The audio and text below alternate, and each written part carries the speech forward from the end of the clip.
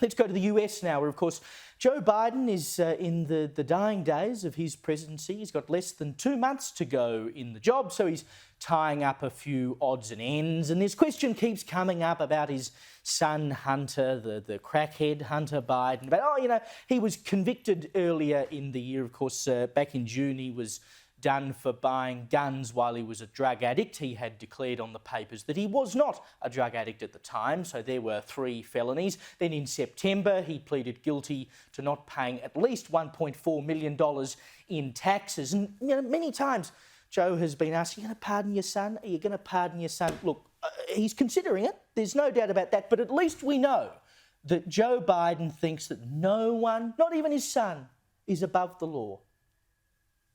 I'm calling for a constitutional amendment called No One is Above the Law Amendment. Each of us is equal before the law.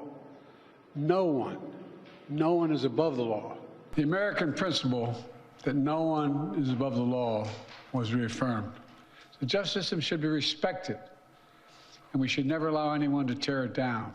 Those responsible can be held accountable. In my administration, no one is above the law. And don't fear, he has been personally asked this question multiple times. Will you pardon your own son? No way. Your son Hunter is on trial, and I know that you cannot speak about an ongoing federal prosecution. But let me ask you, will you accept the jury's outcome, their verdict, no matter what it is? Yes. And have you ruled out a pardon for your son? Yes. With regard to the question regarding the family, I'm extremely proud of my son, Hunter. He has overcome an addiction. He's one of the brightest, most decent men I know. And I am satisfied that I'm not going to do anything. I said I abide by the jury decision, and I will do that, and I will not pardon him. And of course, his press secretary, Karine Jean-Pierre, has also been asked multiple times, and she has always said there is no way this will happen. When would the president pardon or commute his son if he's convicted? So I've answered this question before. It was asked of me not too long ago, a couple of weeks ago, and I was very clear, and I said no.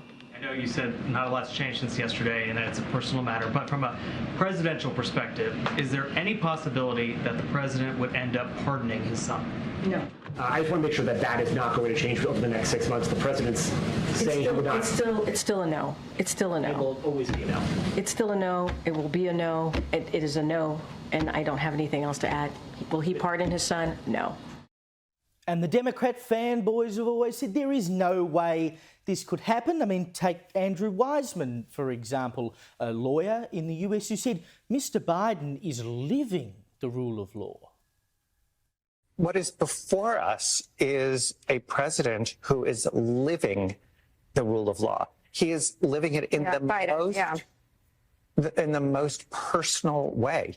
He is not pardoning his son, which he could do. These are federal charges. Right. He is not doing that. He is not doing it because he is living what it means to have a rule of law in this country. Yeah. I'm not saying that he should get credit for it because it is the right thing to do. That's the norm, but Trump is beneath it. Yeah. Exactly. Yeah. So imagine my shock when I woke up this morning and Joe Biden had pardoned his son Hunter. Yes, after all those times saying it would never ever happen, that is exactly what he did on his way out of the Oval Office. Now, you will remember all the lawfare cases that were run against Donald Trump. They are now effectively dead because he will be the 47th president of the United States. But, we were told there's nothing to see here, there's no problem. But we were saying, actually, no, what's happened here is that the law has been weaponised against a political candidate. Now, remember, Biden said no one is above the law. The Democrats continually said, look, if Trump has broken the law, he should face the consequences. Well, what does Biden now say about his son? He says that this case was infected by raw politics and it led to a miscarriage of justice. Oh. And if it weren't for the fact that Hunter Biden was Joe Biden's son,